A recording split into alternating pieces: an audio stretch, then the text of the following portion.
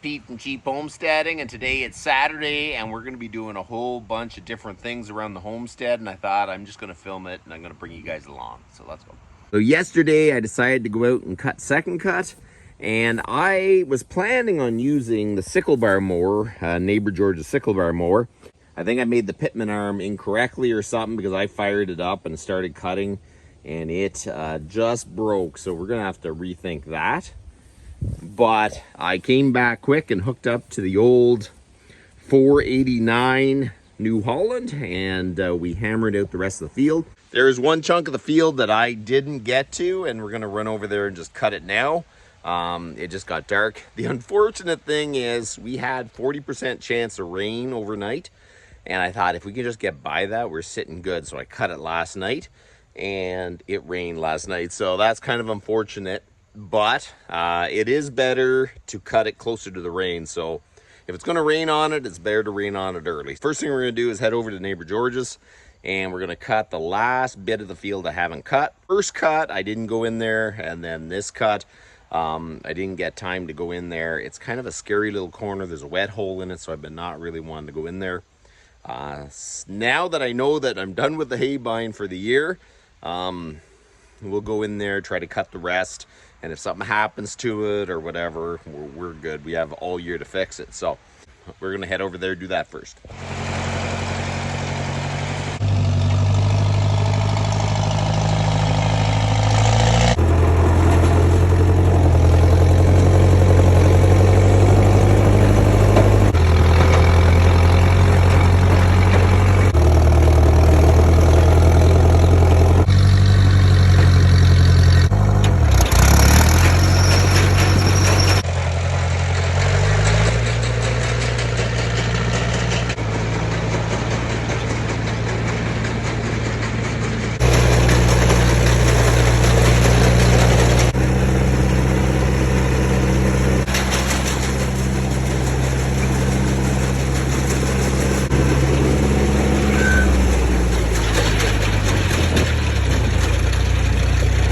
I think this is all I'm going to do over here cutting. I'm kind of afraid of getting stuck in there. It gets really, really rough, and I only have two-wheel drive.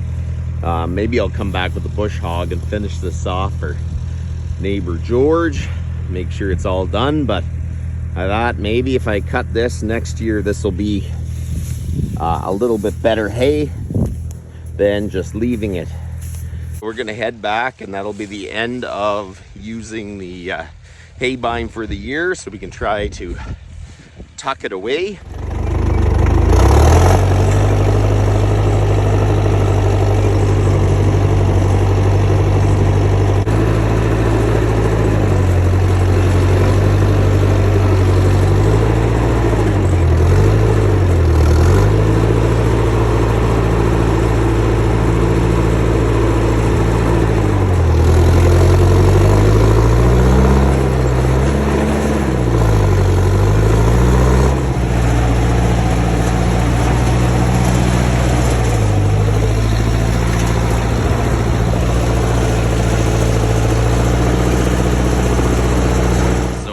Back. I kind of want to put this in a place that it can stay all winter.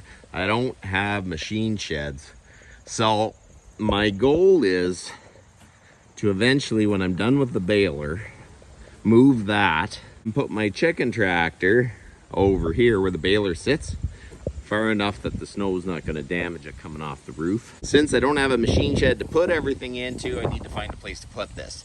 My hay bine is pretty wide, and I was just able to get it out of the back, and I don't want to put it back there. So my goal is, I think I'm going to stick it in here, but I really should move the boat, move the wire, trim up some of the trees. So that's how one project turns into about 5 all of a sudden. So let's go try this.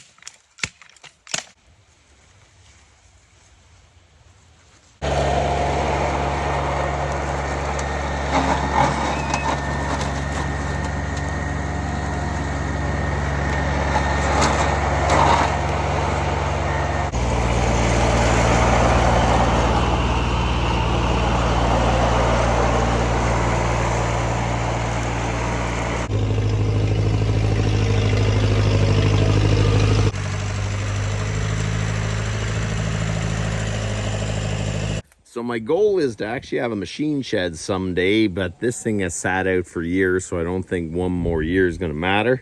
But I do think I'm going to try to get much of this hay off the cutter bar and off the top so it can have a chance to dry out.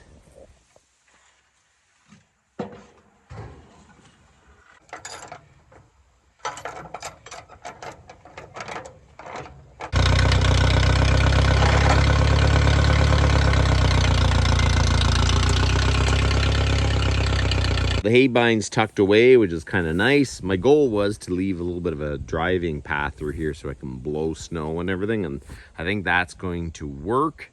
The baler is not going to be here for the winter, so when we're done baling, then that'll be the end of it for the year, so we can put that away. But I think that's going to work. I got to run to the feed store and grab some chicken feed.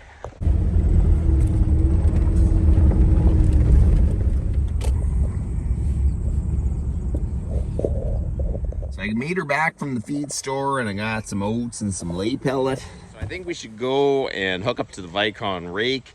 I cut the hay last night, but I'm planning on not raking it. Basically, I want to spread it out. Spread it out puts it in smaller rows so it can actually dry. We had a little bit of rain last night, which I'm not a big fan of, but I think most of the top would have started to dry out, so we'll kind of spread it out so it has a good chance to dry.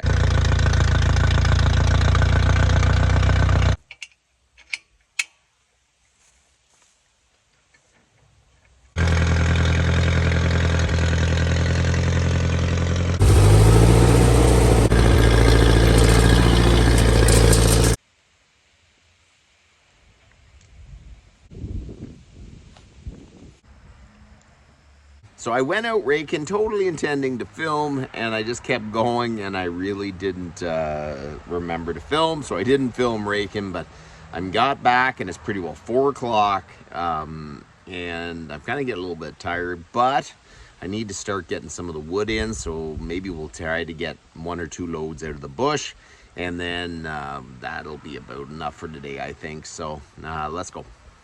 That is the only problem with only having one tractor. You have to unhook every time you need to do something. And tomorrow I'm going to have to hook the rake back up. So that's kind of annoying. I was going to talk to you guys. I pulled the Massey 50 over with the help of my grandson. And we got it over to the shop. So on the vein of having 2 tractors up and running, this is the old Massey 50. This is the one that I did most of my work around here with, and I guess 2 years ago I blew the engine in it, and it was knocking and it's cooked, and I know the block is done and it's going to need a lot of money just to get this thing going. So I kind of thought, man, it'd be nice to have 2 tractors going. So I looked around for an engine and I just couldn't find one. I couldn't find a block, couldn't find anything at a reasonable price. So I thought, you know what, maybe we just try to put a Chevy 350 in it.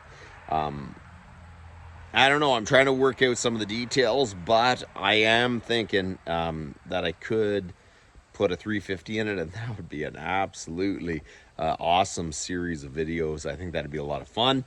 And it'd make the tractor kind of a little bit different. So I was thinking, man, I think that's what I'm going to do. As long as everything works out, that's what the plan this winter is putting a 350 in the Massey 50. Maybe I should make it the Massey 350. I don't know. Is there an actual Massey Fit 350? In the next little bit, we're going to try to work out getting an engine and seeing if this thing is possible to do. I do think it's going to fit. The only problem is I think my subframe for my blade is just a little too wide for it. But if I have to modify that, or maybe I'll just even put a loader on this thing. I don't know what I'm going to do. But hopefully over the winter we can get this thing up and running, and it'd be pretty darn cool if I put a 350 in it. So enough talking about this. We need to get out and get some wood. So let's head out there.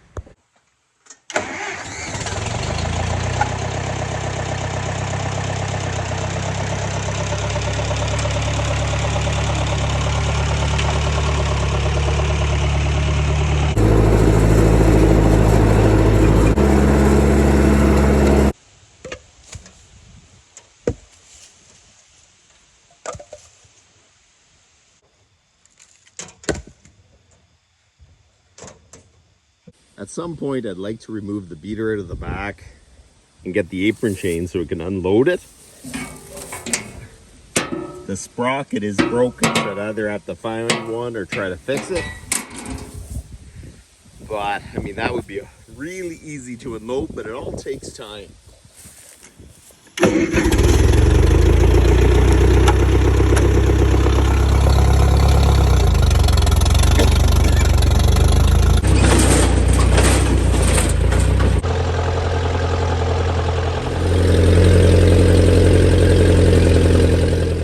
Is how a Saturday goes around here. You start off doing one thing and then it leads into a bunch of other things. But I did spread out the hay in the field. I finished cutting that small corner of the hay field. That is all cut, and the wood's unloaded. The only thing I wanted to do extra was go back in the bush and start hauling out wood, but I just ran out of time. This is a long weekend, so Monday's off, so I'll probably try to start hauling some wood out. But you know how that goes. So you guys have a good